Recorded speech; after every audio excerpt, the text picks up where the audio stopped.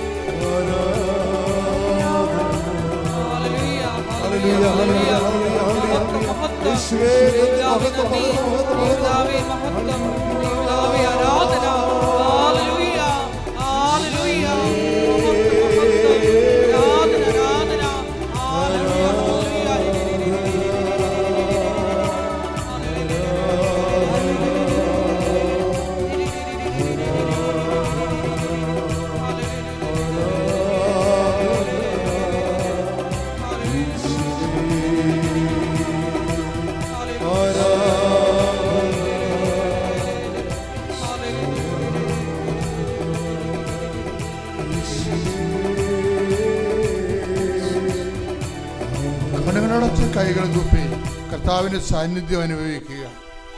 കണ്ണുകളടച്ച് കൈകൾ കൂപ്പി കർത്താവിന്റെ സാന്നിധ്യം അനുഭവിക്കുക. കർത്താവ് നിന്നെ സ്പർശിക്കുന്ന സമയമാണ്.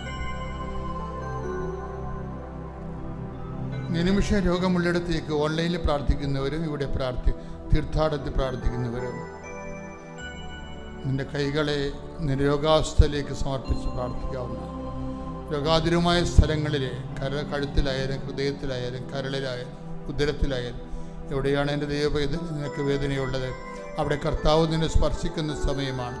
അമ്മമാതാവ് കാനായിൽ എന്നതുപോലെ അവർക്ക് വീഞ്ഞില്ല, അവർക്ക് സൗഖ്യമില്ല, അവർക്ക് രോഗമാണെന്ന് പറഞ്ഞ് നിനക്ക് വേണ്ടി മധ്യസ്ഥം വഹിക്കുന്ന ആൾത്താരയിലാണ് നീ, ആൾത്താരുടെ മുമ്പിലാണ് നീ നിൽക്കുന്നത്. ദൈവമാണ് നിന്നെ ഇവിടെ കൊണ്ടുവന്നത്.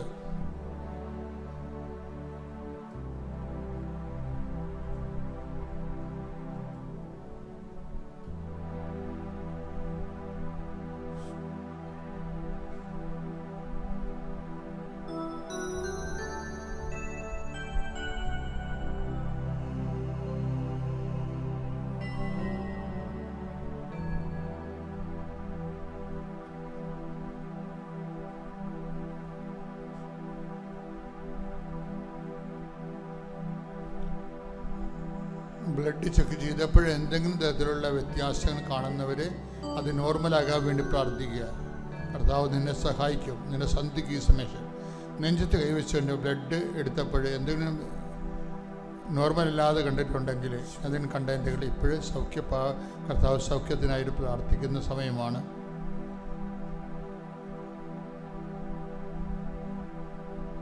മുടി കൊഴിയുന്നവർ, ചുണ്ടയിൽ ശരീരത്തിലും പാണ്ട് വരുന്നവർ അവരെല്ലാം സമർപ്പിച്ച് പ്രാർത്ഥിക്കുന്നു. അലർജി രോഗികളെ സമർപ്പിച്ച് പ്രാർത്ഥിക്കുന്നു. കൈകാലുകൾ നീതി കെട്ടുന്നവർ, ഉറങ്ങി എഴുന്നേൽക്കുമ്പോൾ തന്നെ ഇയർ ബാലൻസ് പോകുന്നവർ, അവിടെ ഇവിടെയും കഷത്തും മുഴയും കുരുവൊക്കെ സിസ്റ്റൊക്കെ രൂപപ്പെട്ട് വരുന്നവർ സമർപ്പിച്ച് പ്രാർത്ഥിക്കുന്നു. അറിയാതെ ബ്ലഡ് പോകുന്നവരും ദിവസങ്ങളോളം ബ്ലീഡിങ് നിൽക്കുന്നവരും അത് പൂർണ്ണമായ സൗഖ്യത്തിനായി പ്രാർത്ഥിക്കുന്നു. വല്ലാത്ത ശരീരവേദന, എപ്പോഴും ഉദരത്തിൽ കുത്തി വേദനയുള്ളവരെ സമർപ്പിച്ച് പ്രാർത്ഥിക്കുന്നു. മക്കളില്ലാത്തവരെ സമർപ്പിച്ച് പ്രാർത്ഥിക്കുന്നു. പഞ്ചേന്ദ്രിയങ്ങൾ, കണ്ണ്, കാത്, മൂക്ക്, ഇതെല്ലാം പലതരത്തിൽ കാഴ്ചക്കുറവുള്ളവർ, കേൾവിക്കുറവുള്ളവർ, മൂക്കിൽ ദശ വളരുന്നവർ സമർപ്പിച്ച് പ്രാർത്ഥിക്കും. കർത്താവ് നിന്നെ സ്പർശിക്കുന്ന സമയമാണിത്. അടിപ്പിണർ പോലെ വൈദ്യാഖാലം ഒരു ദൈവികമായ ശക്തി പരിശുദ്ധമായി പ്രത്യക്ഷപ്പെട്ട ദൈവികമായ നിമിഷങ്ങളിൽ സന്നിധാനത്തിൽ നിന്നുകൊണ്ട് അമ്മ നിനക്ക് വേണ്ടി മധ്യസ്ഥിക്കുന്നു. യേശുവിന്റെ നാമത്തിൽ സൗഖ്യപ്പെടുന്നത് ശ്രുതികട്ടെ. Hallelujah, hallelujah, hallelujah, hallelujah, hallelujah.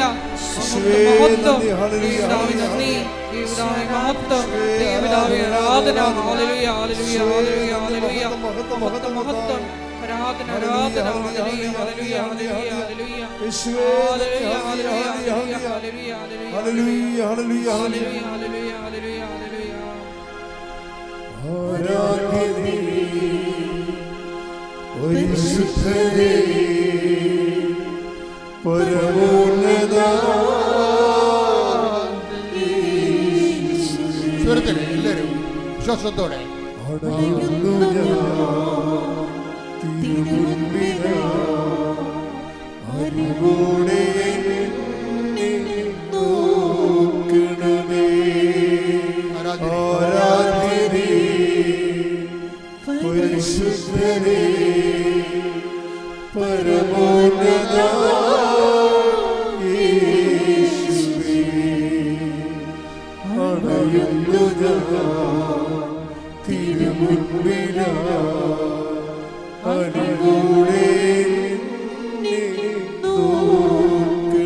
ഒരുമിച്ചെല്ലാവരും ആരാധ്യനെ പരിശുദ്ധനെ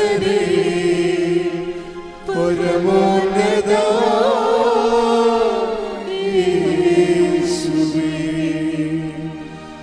അണയുന്നു തിരുമുൻപിലാ അരുളോടെ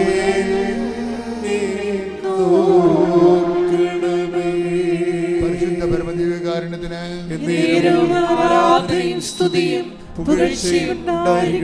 കൈവർത്തിക്കൊണ്ട് പരിശുദ്ധ പരമദിവ്യകാരുണ്യത്തിന് ആരാധനയും സ്തുതിയും പുകഴ്ചയും പരിശുദ്ധ പരമദിവ്യകാരുണ്യത്തിന് ആരാധനയും സ്തുതിയും പുകഴ്ചയും ആരാധ്യനേ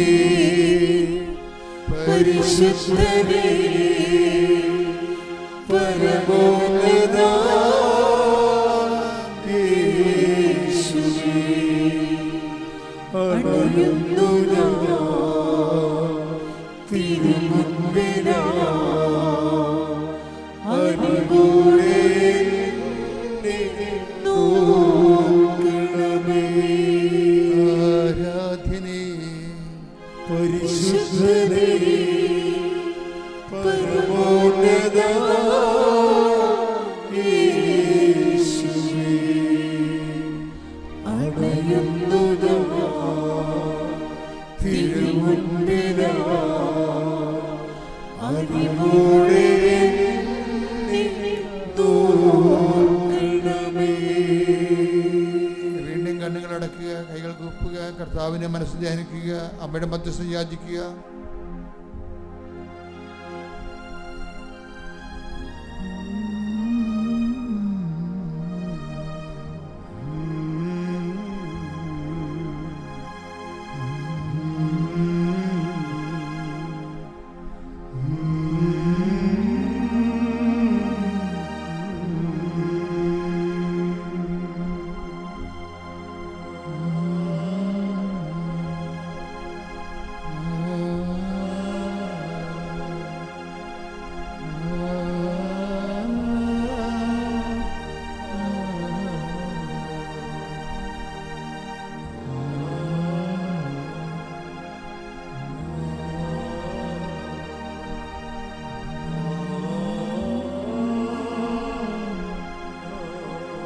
എൻ്റെ പേര് പ്രീത, എൻ്റെ ഭർത്താവ് സിജോ, മക്കൾ റയാൻ, ഐറിൻ. 2023 ജനുവരി 2-ാം തീയതിയാണ് ഞാൻ ആദ്യമായി ഉടമ്പടി എടുത്തത്. ആലുവ, എറണാകുളം, അങ്കമാലി അതിരൂപത മുപ്പത്തരം ഹോളി ഏഞ്ചൽസ് ചർച്ചിൽ നിന്നാണ് ഞങ്ങൾ വരുന്നത്. 2ാമത്തെ തവണയാണ് ഞാൻ ഉടമ്പടി സാക്ഷ്യം ഇവിടെ പറയുന്നത്. ആദ്യമായി എനിക്ക് പറയാനുള്ളത് എൻ്റെ ഭർത്താവിന് ജോലി കിട്ടിയ കാര്യം പറയാനാണ്. 12 വർഷമായിട്ട് ഭർത്താവ് ഗൾഫിലായിരുന്നു. അതിനുശേഷം 2020 നാട്ടിൽ വന്നു. പിന്നെ കൊറോണ സമയമായിട്ട് ജോലി നഷ്ടപ്പെട്ടു. പിന്നെ ഞങ്ങൾ ഒരുപാട് ജോലിക്ക് വേണ്ടി ഒത്തിരി ശ്രമിച്ചു. പ്രത്യേകിച്ച് യൂറോപ്പിലേക്ക് പോകുവാനായിട്ട് ഒരുപാട് ശ്രമിച്ചു. ഒത്തിരി പൈസ അതിനായിട്ട് പോയി. 2 തവണ വിസ റിജക്ഷനായി. അങ്ങനെ ഇരുന്നു. അപ്പോൾ ഞാൻ ഓരോ സമയവും ഇവിടെ വന്ന് ഉടമ്പടി പുതുക്കുമ്പോഴും ഞാൻ പോളണ്ടിലേക്കാണ് വെച്ചിരുന്നത്. അപ്പോൾ അത് തന്നെ മാതാവേ പോളണ്ടിലേക്ക് തന്നെ ജോലി തരണേ എന്ന് ഞാൻ അത് ആവർത്തിച്ച് അത് തന്നെ വെച്ചിരുന്നു. പക്ഷേ കിട്ടിയിരുന്നില്ല. ഒരുപാട് പ്രാർത്ഥിച്ചു. പിന്നെ ലാസ്റ്റ് അത് ഒരു വർഷം സങ്കടം വന്നപ്പോൾ ഞാൻ ബൈബിളെടുത്ത് പ്രാർത്ഥിച്ചപ്പോഴത്തേക്കും എനിക്ക് കിട്ടിയത് നീ അർഹിക്കാത്തത് ചോദിക്കുന്നതുകൊണ്ടാണ് ഞാൻ തരാത്തതെന്ന്. അപ്പോൾ എനിക്കൊന്ന് സങ്കടമായി. അന്ന് ആദ്യം കുറേ കരഞ്ഞെങ്കിലും പിന്നീട് തിരിച്ചറിഞ്ഞു. പിന്നെ അതിനുശേഷം ഞാൻ എൻ്റെ പ്രാർത്ഥന രീതി മാറ്റി. എൻ്റെ ആവശ്യങ്ങൾ ഞാൻ എൻ്റെ ആവശ്യങ്ങൾ ഞാൻ നടത്തിയെടുക്കാൻ ശ്രമിക്കുന്നത് മാറ്റി ഞാനത് ദൈവഹിതത്തിന് വിട്ടുകൊടുക്കാൻ തീരുമാനിച്ചു. ശേഷം ഞാൻ പ്രാർത്ഥിക്കുമ്പോൾ ഈശോയ്ക്കും മാതാവിനും ഇഷ്ടമാണെങ്കിൽ മാത്രം ഞങ്ങൾക്ക് തന്നാൽ മതി. എവിടെയാണ് ഞങ്ങൾക്ക് ജോലി അമ്മ തീരുമാനിച്ചിരിക്കുന്നത് അത് ഞങ്ങൾക്ക് തന്ന് അനുഗ്രഹിക്കണമെന്ന് പ്രാർത്ഥിക്കാൻ തുടങ്ങി. പിന്നീട് ഞാൻ ഉടമ്പടി പുതുക്കാൻ വരുമ്പോഴൊക്കെ എന്ത് നിയോഗം വെച്ചാലും, നിയോഗം എന്ന് പറഞ്ഞാൽ ഞാനങ്ങനെ വെക്കാറില്ല. ഞാനെല്ലാം പരിശുദ്ധാത്മാവ് ലഭിക്കാനും അങ്ങനെയുള്ള കാര്യങ്ങളൊക്കെയാണ് ഞാൻ വെച്ചിട്ടുള്ളത്. അപ്പം ഞാൻ ഈശോയ്ക്ക് മാതാവിന് ഇഷ്ടമാണെങ്കിൽ ഞങ്ങൾക്കൊരു നല്ല ജോലി നൽകണം, അങ്ങനെയൊക്കെ വിട്ടുകൊടുത്ത് പ്രാർത്ഥിക്കാൻ തുടങ്ങി. പിന്നെ ഞാൻ എല്ലാ ദിവസം ഉടമ്പടി പ്രാർത്ഥനകളൊക്കെ ചൊല്ലുമ്പോഴൊന്നും ആവശ്യങ്ങൾ പറയുന്നില്ല. ഞാൻ പ്രത്യക്ഷീകരണത്തിൻ്റെ സാക്ഷിയാ ഉയർത്തണം, മാതാവിൻ്റെ പ്രത്യക്ഷീകരണം സഭ സ്ഥിരീകരിക്കണം, പരിശുദ്ധാത്മാവ് ലഭിക്കണം എന്ന് മാത്രമേ ഞാൻ പ്രാർത്ഥിക്കുള്ളൂ. ഒരു ദിവസം ഞാൻ ഉടമ്പടി ധ്യാനം ചൊവ്വാഴ്ചകളിൽ കൂടുമ്പോൾ ഞാൻ ഇരുന്ന് കൂടിയ കുറച്ച് കഴിയുമ്പോൾ എനിക്ക് ഉറക്കം വരും. അപ്പം ഞാൻ വിചാരിച്ചു ഞാൻ അടുക്കളയിൽ ജോലി ചെയ്യുമ്പോൾ ആരും ഉണ്ടാവില്ല. അപ്പം ഞാൻ അടുക്കളയിൽ ഫോൺ ഓണാക്കി വയ്ക്കും. ഞാൻ എന്നിട്ട് ഉടമ്പടി ധ്യാനം കൂടും. അപ്പോൾ എനിക്ക് നന്നായിട്ട് ശ്രദ്ധിക്കാൻ പറ്റുന്നുണ്ട്. അങ്ങനെ ഞാൻ കുഴപ്പമില്ല, കൊള്ളാം, ഞാൻ അങ്ങനെ ധ്യാനം കൂടിക്കൊണ്ടിരുന്നു. പക്ഷേ ആരാധന സമയത്തിന് മുമ്പായിട്ട് എനിക്ക് ജോലി ചെയ്യാൻ പറ്റുന്നില്ല. എൻ്റെ ഉള്ളിൽ നിന്നിങ്ങനെ നിനക്ക് അരമണിക്കൂർ പോലും എൻ്റെ കൂടെ ഇരുന്ന് കൂടെ എന്ന് ശക്തമായിട്ടുള്ള കേൾക്കുന്നു. അപ്പോൾ എനിക്കൊന്നും ചെയ്യാൻ പറ്റുന്നില്ല. ഞാൻ ഉടനെ ആ പണിയൊക്കെ നിർത്തി ഞാൻ ആരാധന ഇരുന്ന് ഞാൻ പ്രാർത്ഥിക്കുന്ന സ്ഥലത്ത് വരുന്ന കൂടി. അത് കഴിഞ്ഞപ്പോൾ അവിടെ ഒരു പത്രം കിടക്കുന്നതുകൊണ്ട് ഞാൻ നോക്കിയപ്പോൾ അതിലൊരു സൗദിയിലേക്കുള്ളൊരു ജോലിയുടെ ഇത് കണ്ടു. അപ്പോൾ അങ്ങനെ ഞാനത് ഉടനെ തന്നെ ചേട്ടനോട് ചോദിച്ചിട്ട് CV അയച്ചു. ആ ജോലിയാണ് ഇപ്പം ഞങ്ങൾക്ക് ലഭിച്ചിരിക്കുന്നത്.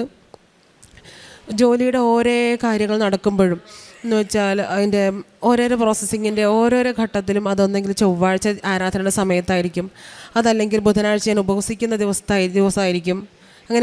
അങ്ങനെ മാതാവിൻ്റെ ദിവസങ്ങളിലാണ് ഓരോ കാര്യങ്ങൾ നടന്നുകൊണ്ടിരുന്നത്. ചേട്ടൻ മെഡിക്കലിന് പോയപ്പോൾ എനിക്കൊരു ടെൻഷൻ ഉണ്ടായിരുന്നു. കാരണം കൊറോണ വന്ന ആളാണ്, ലങ്സ് എന്തായിരിക്കുമെന്ന് എനിക്ക് ഒരു ടെൻഷൻ ഉണ്ടായിരുന്നു. അപ്പോൾ ഞാനെടുത്തു, എൻ്റെ കയ്യിൽ നോക്കുമ്പോൾ ധ്യാനം കൂടാൻ സമയമായി, ചൊവ്വാഴ്ചയാണ്. അപ്പോൾ എൻ്റെ കയ്യിൽ 3-4 പത്രം ഇരിക്കണു. അപ്പം ഇതും കൂടി കൊടുത്തിട്ട് ധ്യാനം കൂടാം, 11:30 തുടങ്ങുന്നത്. അപ്പം അതും കൊണ്ട് ഞാൻ ഉടനെ തന്നെ ഇറങ്ങി. വീട്ടിലാരുമില്ല, വാതിൽ പൂട്ടി.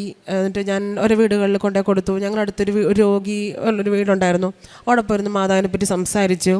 അങ്ങനെ അതെല്ലാം കഴിഞ്ഞ് ഞാൻ പത്രം മുഴുവൻ കൊടുത്ത ശേഷം തിരിച്ചു വന്ന് എൻ്റെ വീടിൻ്റെ വാതിൽ ഞാൻ തുറന്നകത്തേക്ക് കയറിയപ്പോൾ സാമ്പ്രാണിത്തിരി കൂട്ടിയിട്ട് തീ കത്തിച്ചാൽ എങ്ങനെ അത്രയും മണം, തലവേദന എടുക്കുന്ന പോലെയുള്ള മണം, ഭയങ്കര മണം വീടിൻ്റെ അകം മുഴുവൻ.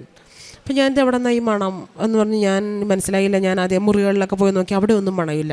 ലാസ്റ്റ് വന്ന് നോക്കുമ്പോൾ മാതാവ് ഇരിക്കുന്ന, ഈശോ ഇരിക്കുന്ന, രൂപം ഇരിക്കുന്ന സ്ഥലത്ത് മാത്രം ഭയങ്കര മണം. ഇത് മാതാവിൻ്റെ മണമാണോ എന്ന് വിചാരിച്ച സെക്കൻഡിൽ ആ മണം പിന്നെ വന്നില്ല. ഒരു ഉച്ചശകലം കഴിഞ്ഞപ്പോൾ ചേട്ടൻ വിളിച്ചു പറഞ്ഞു മെഡിക്കൽ പാസ്സായി. അങ്ങനെ ഒരുപാട് അനുഭവങ്ങൾ, മാതാവിൻ്റെ സാന്നിധ്യം ഞങ്ങൾക്ക് ഈ ഒരു അവസരത്തിൽ ഉണ്ടായിട്ടുണ്ട്. പിന്നെ വിസ വരാൻ കുറച്ച് താമസിച്ചപ്പോൾ ഞങ്ങൾക്ക് ടെൻഷനായി. ചേട്ടന് ഭയങ്കര ടെൻഷൻ. അപ്പോൾ ഞാനന്ന് വീട്ടിലേക്ക് വരുന്ന വഴിയാണ്.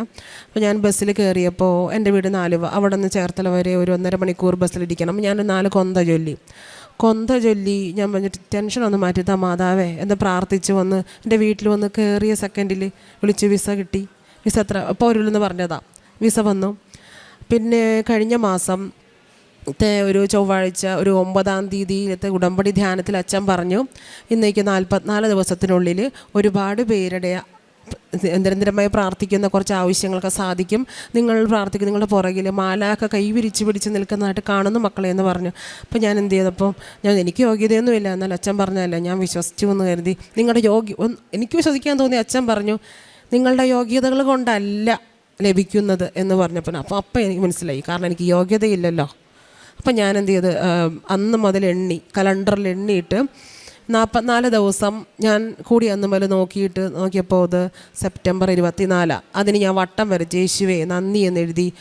അന്നത്തെ ഞാൻ കൂടിയത് 12-ാം തീയതിയായിരുന്നു. 12-ാം തീയതി മരിയൻ ഉടമ്പടി സാക്ഷ്യമെന്ന് എഴുതി എൻ്റെ പേരെഴുതി ഞാൻ ഒപ്പിട്ട് ഡേറ്റ് വെച്ചു. കാരണം പിന്നീട് ഞാൻ പറയുമ്പോൾ ഞാൻ നുണയാണ് പറയുന്നതെന്ന് ആരും പറയരുതല്ലോ, തെളിവിന് വേണ്ടി ഞാൻ അങ്ങനെ വെച്ചു. ഈ സെപ്റ്റംബർ 24 ഉച്ചയ്ക്ക് 1:30 ധ്യാനം കൂടിയത്. അച്ഛൻ പറഞ്ഞത് ആ 1:30 സമയത്ത് കൃത്യം 1:30 മണിക്ക് ചേട്ടൻ്റെ ടിക്കറ്റ് വന്ന് പോവാൻ. അപ്പോൾ അത് ഞാൻ മാതാവിന് ഒത്തിരി നന്ദിയോടുകൂടി ഞങ്ങളുടെ ആവശ്യം നടത്തിയ ഞാൻ നന്ദി പറയുന്നു. പിന്നെ ഞങ്ങൾക്ക് ചേട്ടൻ ഡ്രൈവറാണ്. ഞങ്ങൾക്ക് നാട്ടിൽ വന്ന സമയത്ത് ഞങ്ങളൊരു പഴയ ലോറി വാങ്ങിച്ചായിരുന്നു.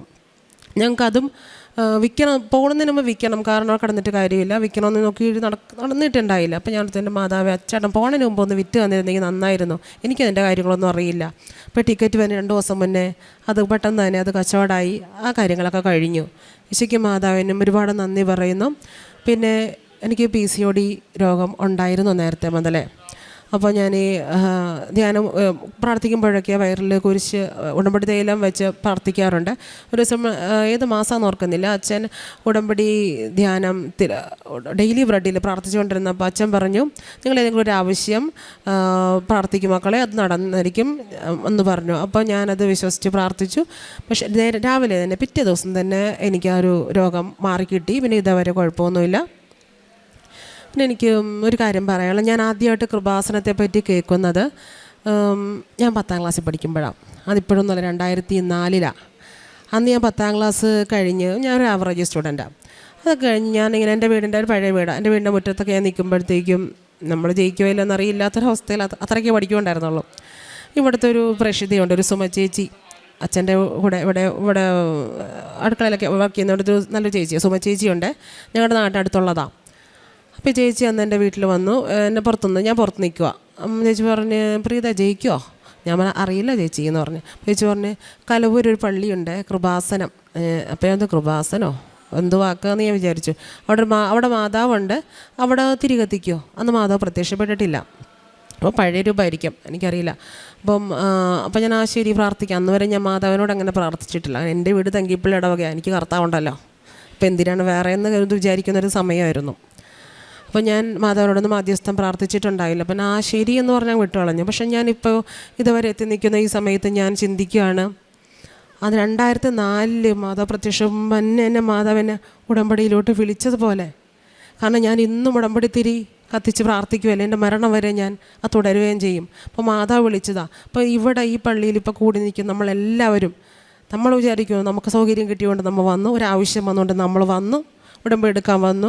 പക്ഷേ നമ്മൾ ജനിക്കും മുമ്പേ നമ്മളറിയാവുന്ന നമ്മുടെ ഈശോ നമ്മളെ മരിയൻ പ്രേക്ഷിതരായിട്ട് ഉടമ്പടി എടുക്കാൻ വേണ്ടി നമ്മളെ ക്ഷണിച്ചിട്ടുണ്ട്, നമ്മളെ വിളിച്ചിട്ടുണ്ട്. അതുകൊണ്ട് തന്നെ, അല്ലെങ്കിൽ പിന്നെ ഒരു യോഗ്യതയില്ലാത്ത എന്നെ അമ്മ ഇവിടെ വിളിച്ചതായിട്ട് തന്നെ ഞാൻ വിശ്വസിക്കുന്നു. പിന്നെ എൻ്റെ പ്രേക്ഷിത പ്രവർത്തനം, എൻ്റെ ഒരു ഉടമ്പടി ജീവിതത്തെ പറ്റി പറയാനാണെങ്കിൽ ഞാനിപ്പോൾ എല്ലാ ദിവസവും ഉടമ്പടി എടുത്തിട്ട് ഇന്നവരെ എല്ലാ ദിവസവും ഞാൻ പള്ളിയിൽ പോകും, പരിശുദ്ധ കുർബാന അർപ്പിക്കും. പണ്ട് അങ്ങനെയൊന്നും അല്ലായിരുന്നു. പിന്നെ ജപമാല ചൊല്ലുന്നുണ്ട്. കൃത്യമായിട്ട് ഞങ്ങൾ കുടുംബ പ്രാർത്ഥനകൾ മുടക്കം കൂടാതെ ചെയ്യുന്നുണ്ട്. ബുധനാഴ്ചകളിൽ ഉപവസിക്കുന്നുണ്ട്. പിന്നെ ഞാൻ പത്രം ആദ്യമൊക്കെ മേടിച്ചിട്ട് പോകുമ്പോൾ കൊടുക്കാൻ ഭയങ്കര കയ്യിരിക്കുമ്പോൾ ഭയങ്കര ബുദ്ധിമുട്ടാണ്, തീർന്നാൽ മതിയായിരുന്നു എന്നൊരവസ്ഥ. പിന്നെ പള്ളികളിൽ കൊണ്ട് കുർബാന കഴിയുമ്പോൾ നോട്ടീസ് വിതരണം ചെയ്യണ പോലെ കൊടുത്തിരുന്നു. ഇപ്പോൾ കുറേ നാളുകളായിട്ട് ഞാൻ ചെയ്യുന്നത്, ഞാനത് നിർത്തിയിട്ട് ഓരോ വീടുകളിൽ കയറി ഇറങ്ങി എനിക്ക് കിട്ടിയ സാക്ഷ്യങ്ങൾ, ഇതിൻ്റെ 2ാമത്തെ സാക്ഷ്യമാണ്. എൻ്റെ ആദ്യത്തെ ഉടമ്പടി സാക്ഷ്യങ്ങൾ എൻ്റെ മോൻ്റെ കാര്യം തന്നെ. എൻ്റെ കുഞ്ഞ് നടക്കാത്ത കുഞ്ഞായിരുന്നു, ഈ അമ്മയുടെ മുമ്പിൽ നടന്ന കുഞ്ഞാണ്.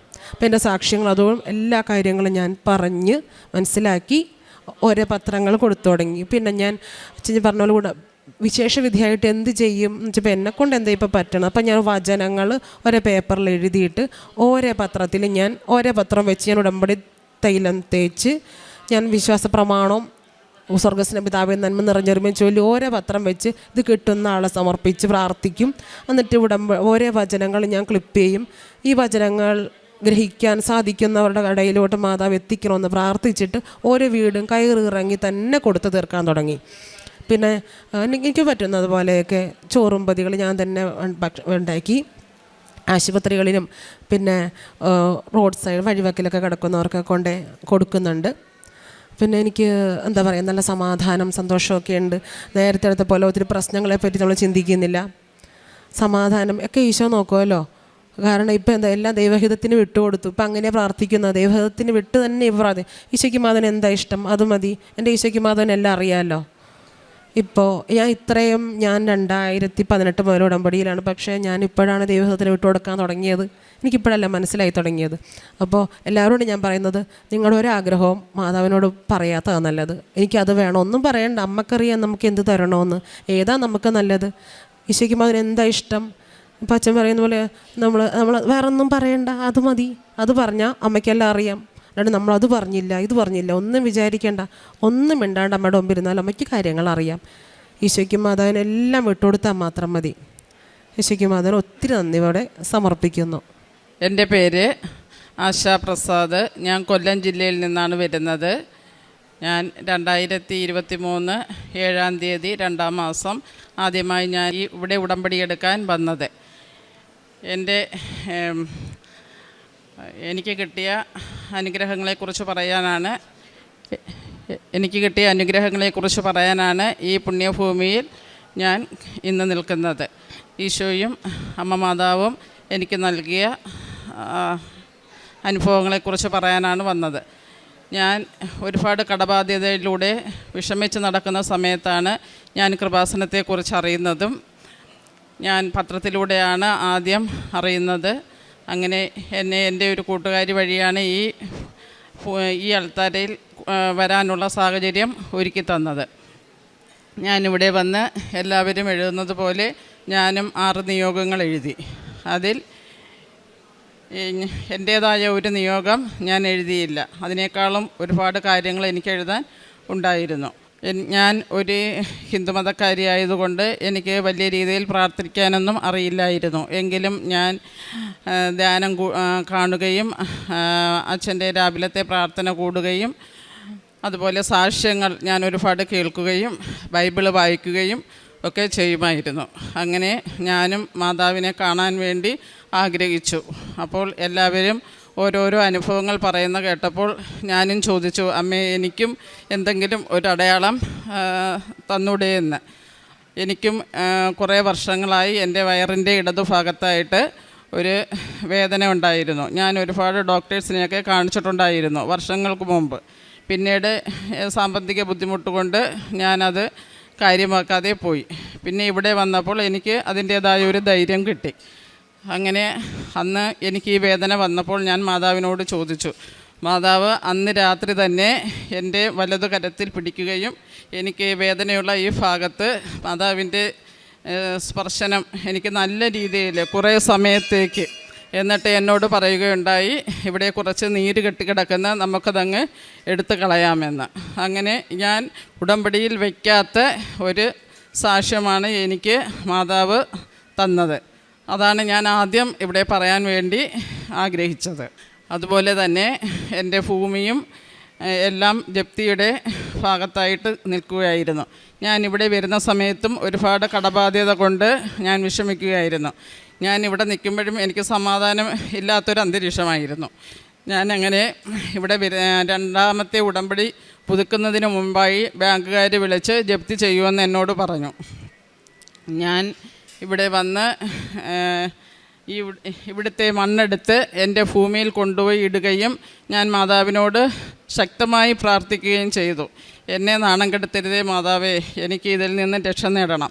അങ്ങനെ ഞാൻ 2023 ഡിസംബർ 29 ഉടമ്പടിയിൽ വെച്ച് ഞാൻ പ്രാർത്ഥിച്ചു.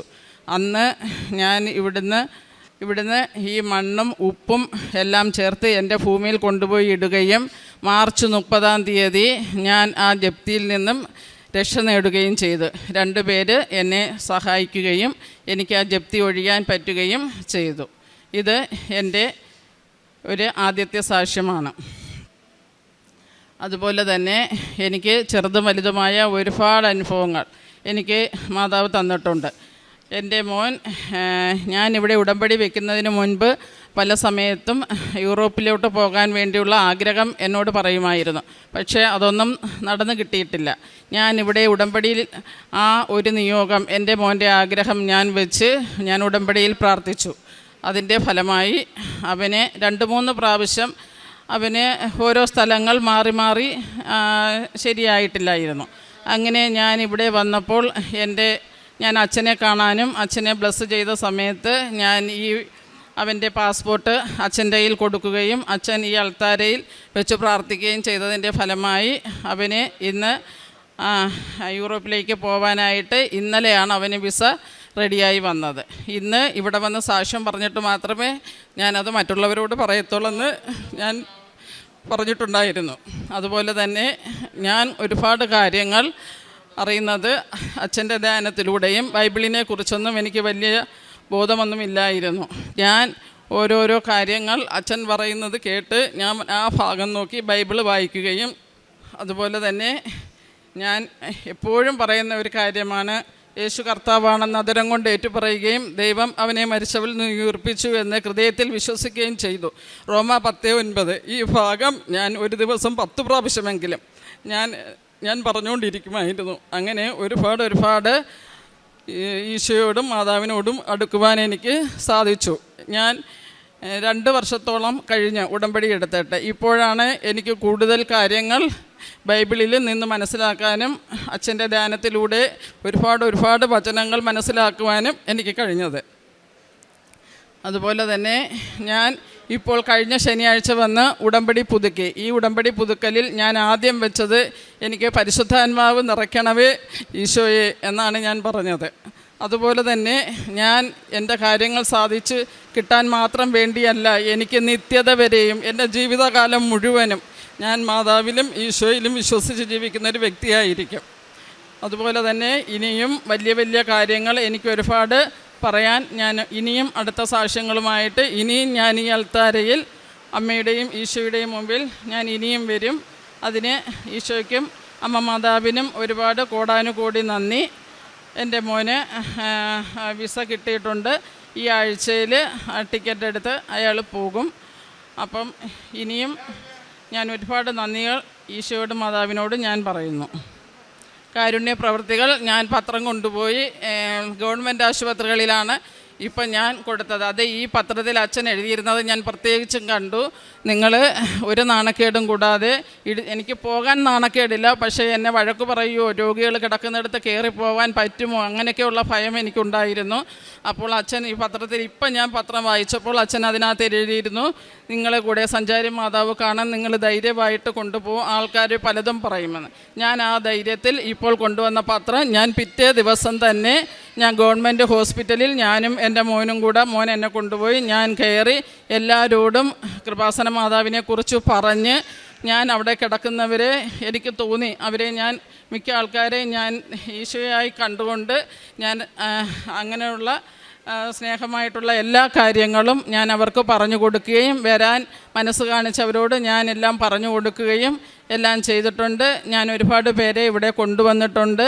പിന്നെ അനാഥാലയങ്ങളിൽ ഞാൻ കൊണ്ടുപോയി ആഹാരം കൊടുക്കുകയും പിന്നെ റോഡരികിലിരിക്കുന്നവർക്കെല്ലാം എൻ്റെ കഴിവിനനുസരിച്ച് ഞാൻ ചിലപ്പോൾ 2 പുതിയ കാണത്തോളായിരിക്കും ഞാൻ സ്വന്തമായിട്ട് വെച്ച് ഞാൻ എൻ്റെ കഴിവിനനുസരിച്ച് ഞാൻ വഴിയരികിലിരിക്കുന്ന വയ്യാത്ത സുഖമില്ലാത്ത ആൾക്കാർക്ക് ഞാൻ ഭക്ഷണം കൊണ്ട് കൊടുക്കുകയും പിന്നെ ഇവിടെ വരണമെന്ന് എന്നോട് പറഞ്ഞ് സഹായം ചോദിച്ചവർക്ക് ഞാൻ സഹായം എന്നെക്കൊണ്ട് കഴിയുന്ന സഹായം ഇനിയും ഞാൻ ഒരുപാട് അങ്ങനെ തന്നെ ചെയ്യുമെന്നും അതുപോലെ തന്നെ എൻ്റെ മകന് 2.5 വർഷത്തോളം താമസിച്ചപ്പോൾ ഞാൻ അവനോട് പറഞ്ഞു, നമുക്ക് വലിയ കാര്യങ്ങൾ ചെയ്തു തരും. അച്ഛൻ പറയുന്നത് ഞാൻ കേട്ടിട്ടുണ്ട്, ശക്തനായവൻ വലിയ കാര്യങ്ങൾ നിങ്ങൾക്ക് ചെയ്തു തരുമെന്ന്. ആദ്യം 2 സ്ഥലം വെച്ചു. അതിനേക്കാളും മെച്ചമായ ഒരു സ്ഥലമാണ് അയർലൻഡ്. അവനേറെ സന്തോഷം കിട്ടിയ ഒരു സ്ഥലമാണത്. അമ്മയുടെ നാടാണ്. അത് ഞാൻ സാക്ഷ്യത്തിലൂടെയാണ് അത് മനസ്സിലാക്കിയത്. അമ്മയുടെ നാടായ അയർലൻഡിലേക്കാണ് അവൻ പോകുന്നത്. ഇത്രയും വർഷം ഞങ്ങൾ കാത്തിരുന്നതിൽ ഒരു വിഷമവും ഞങ്ങൾക്കില്ല. ഒരുപാട് ഈശോയോടും മാതാവിനോടും ഞങ്ങൾക്ക് അടുക്കുവാൻ കഴിഞ്ഞു. അവൻ്റെ ഇഷ്ടത്തിന് പറ്റിയ ഒരു സ്ഥലം അമ്മ തിരഞ്ഞെടുത്ത് ഞങ്ങൾക്ക് തന്ന് ഞങ്ങൾ അവനെ കൊണ്ടുപോകുന്നതും ഇതുപോലെ തന്നെ യേശുവിനെയും മാതാവിനെയും അറിയുന്ന വ്യക്തികളാണ് കൊണ്ടുപോകുന്നത്. അതിലുമൊക്കെ ഏറെ സന്തോഷമുണ്ട്. ഇനിയും ഈ അൾത്താരയിൽ കയറി നിൽക്കാൻ ഞങ്ങൾക്ക് അവസരം തരണേ എന്ന് ഞങ്ങൾ പ്രാർത്ഥിച്ചുകൊണ്ട് നിർത്തുന്നു.